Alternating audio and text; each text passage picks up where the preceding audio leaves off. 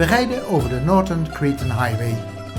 Dit is een prachtige weg langs de noordkust van Crete. We zijn vertrokken uit de omgeving van Gerontospilios en we zijn onderweg naar Melidoni, ongeveer halverwege tussen Heraklion en Reptisland. Het is vandaag 28 april, dus nog vroeg in het jaar. Het toeristenseizoen is nog niet begonnen en dat is overal aan te merken. Veel winkels en restaurants zijn nog gesloten en op de weg is het nog heel erg rustig. In het hoogseizoen is dat wel anders. Dan zie je op deze highway behalve heel veel auto's ook quads, scooters en zelfs fietsers. Onze eerste stop vandaag is bij taverna Sinolakis. Vanuit de richting Heraklion is deze taverna heel goed te bereiken. Maar wie uit de richting van Reptisland komt, kan deze taverna beter even voorbij rijden om zo'n 2 kilometer verderop bij de afslag Bali te keren.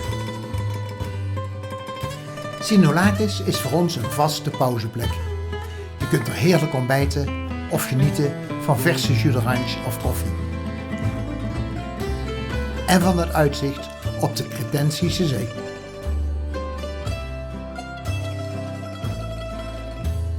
Vanaf Sinolakis is het nog zo'n 10 minuten rijden naar Melidoni. Soms is hier de weg gedeeltelijk versperd door rotsblokken die naar beneden zijn gerold. Of door schapen.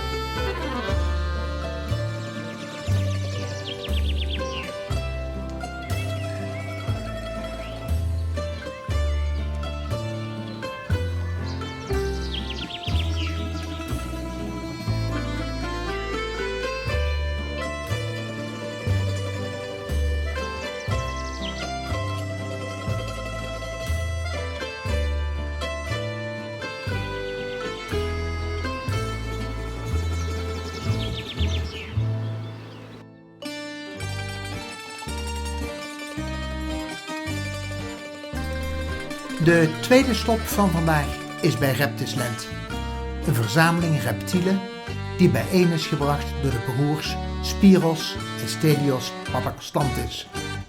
Sinds het overlijden van Spiros in 2022 runt Stelios Reptisland alleen.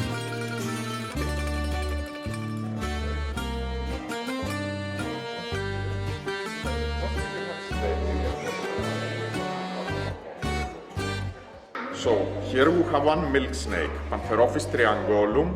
It's an adult male. That's the full size of a milk snake. That's the very first snake that I took when I was a child. He's almost 22 years old. Albino the gene. That's why the color and the red eyes that you can see. And also animal that 2 hands, steady, and you can handle it perfect like this. Please stay here. Yes.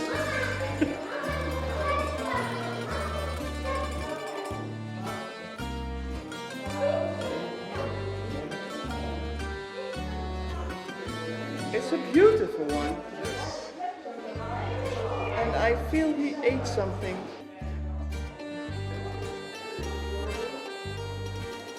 One of his babies.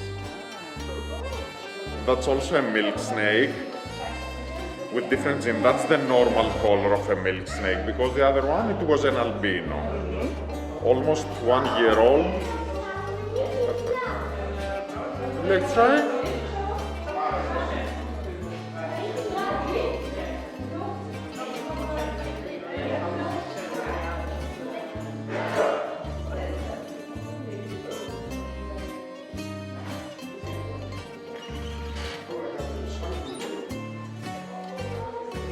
And look, this one here.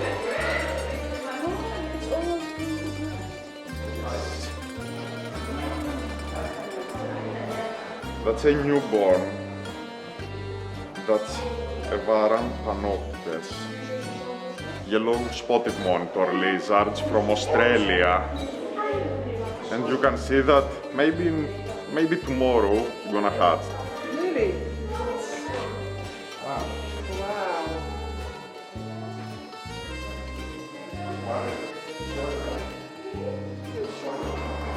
You can see his face. Nee, maakt niet uit.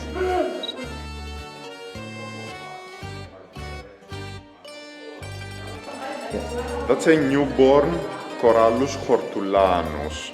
Very rare animal. Almost 65, 66 days old. Look at beauty here.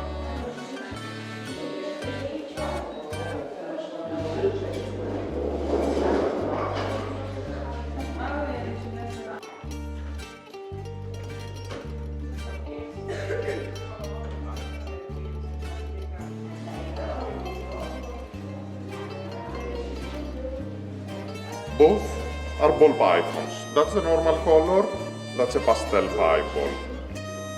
And let me show you also another ball python.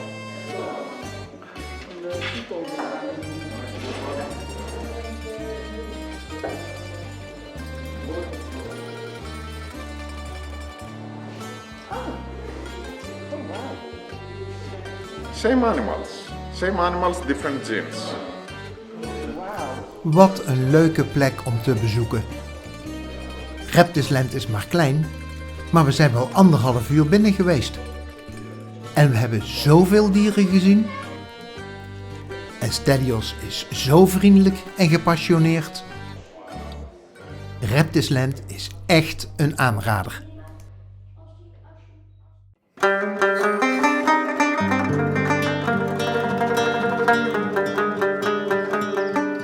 We gaan de bergen in, naar de grot van Melidoni, ook wel aangeduid als Gerontospilios. Deze grot is van groot speleologisch, archeologisch en historisch belang. De grot bestaat uit een aantal zalen en in iedere zaal zien we formaties van stalactieten en stalagmieten. Alleen de eerste grote zaal, de heldenzaal, is geopend voor het publiek. Alle andere zalen zijn afgesloten in verband met archeologisch onderzoek.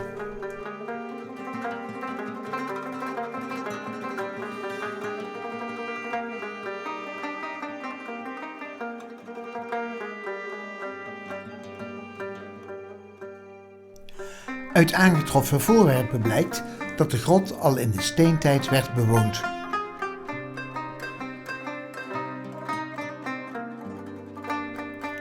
In de Minoïsche tijd werd de grot ook gebruikt als plaats voor godsdienstige ceremoniën. Dat is gebleken uit potten en vazen van aardewerk en een labris, een bijl met een dubbel blad. In de Minoïsche tijd was dat een veel voorkomend religieus symbool. De bronzen reus Talos zou in de grot vereerd zijn. Hij bewaakte in opdracht van koning Minos het eiland Crete. Dagelijks zou hij 3 keer rondom het eiland gaan en alle indringers verjagen of doden. In de Griekse tijd diende de grot als heiligdom voor Zeus en zijn zoon Hermes. Toen Crete werd bezet door de Turken, speelde deze grot een belangrijke rol. De inwoners van Melidoni verstopten zich in de grot voor de Turkse bezetters, maar ze werden ontdekt. De Turken sloten de grot af met allerhande brandbare materialen en staken dit aan. Alle 370 inwoners die in de grot waren verscholen, stierven een verschrikkelijke verstikkingsdood. Dat was op 3 oktober 1823. In de heldenzaal van de grot staat een tombe met de overblijfselen van de slachtoffers.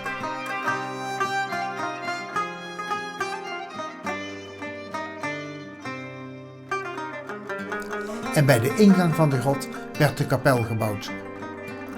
Nog steeds worden hier jaarlijks de slachtoffers herdacht.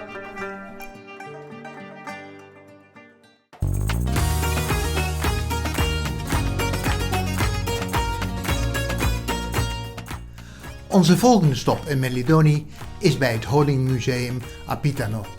Hier valt van alles te leren over het leven van bijen en het maken van honing.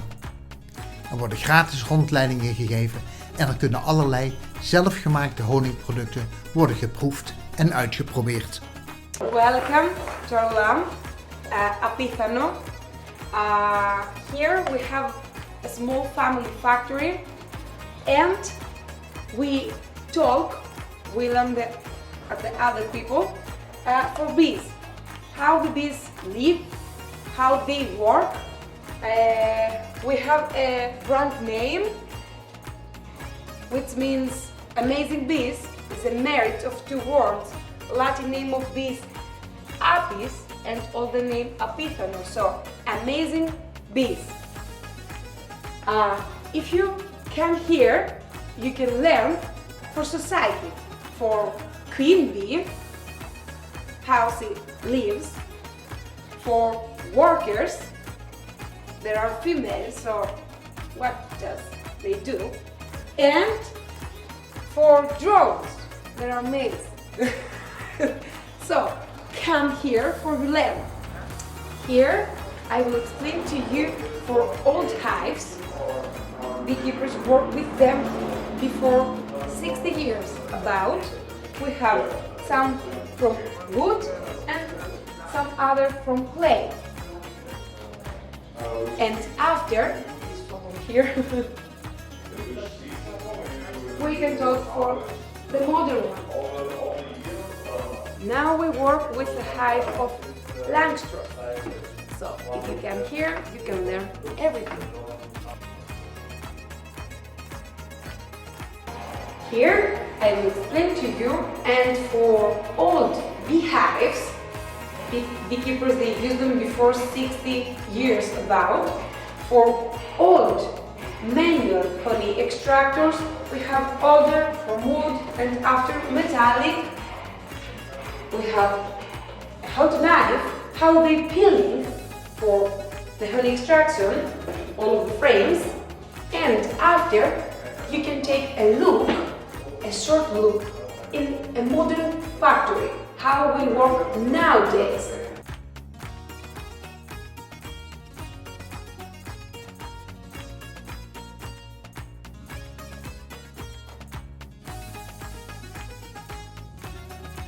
And in this room, after all of the trip and all of the tour for bees, you can taste all of our products here. We have 3 different types of honey, spreads, alcohol drinks, tincture propolis for good immune system, and beeswax bag for beautiful skin and beautiful lips. Ten slotte zijn we ook nog naar de olijfoliefabriek van de familie Paraschakis gegaan. Ook hier worden gratis rondleidingen gegeven.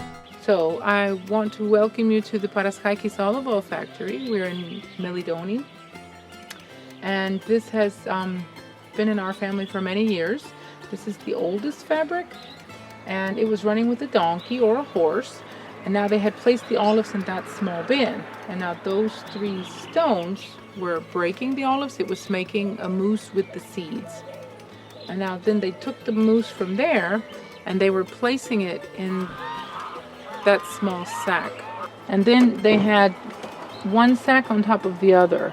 They had a long piece of wood going in that small hole, so they were winding that down by hand, and now this was pressing, and the oil, the water, and some of the seeds came from that little hole. And now they were taking those 3 substances from there and they placed them in that container. And because of their difference in density, the water and the seeds were heavier, so they're going on the bottom. And the olive oil is lighter, so it floats up to the surface, going in that small hole to the right. So it's a very primitive method of separation, but at the same time extremely intelligent.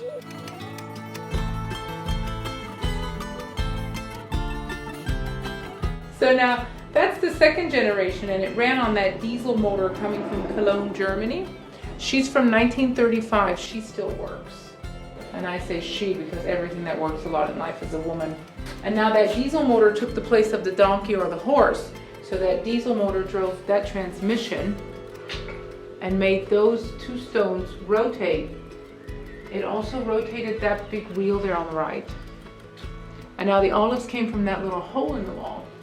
So they were going in the bin, and now those two stones were breaking the olives. It was making a pulp again with the seeds. And they took the pulp from there and they placed it in the same sack as before. And now instead of pressing by hand, they had one sack on top of the other, and that was pressing using that hydraulic pump, which was also driven by this diesel motor. So it's the same concept, it's just the Industrial Revolution. It's faster, there's more production, and the donkey's gone to heaven.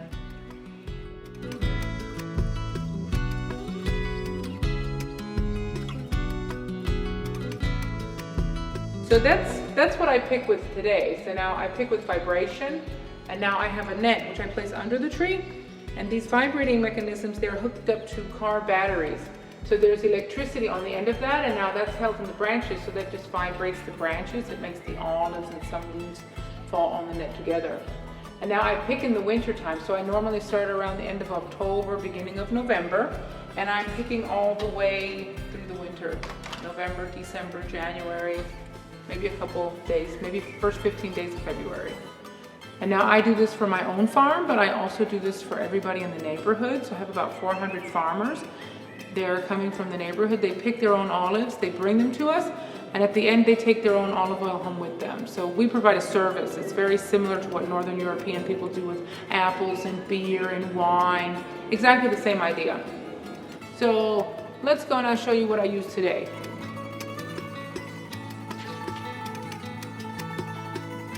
So now the olives and the leaves, they're going in the small bin there. And now they're going up the conveyor belt and they're falling into a small box where they're separated. So that small box, there's vibration. And when that vibrates, it makes the leaves, which are lighter, they're going to the surface, and then they're just removed with vacuum. And we're giving the leaves to our goats. They eat them for breakfast, and then we eat the goat for dinner.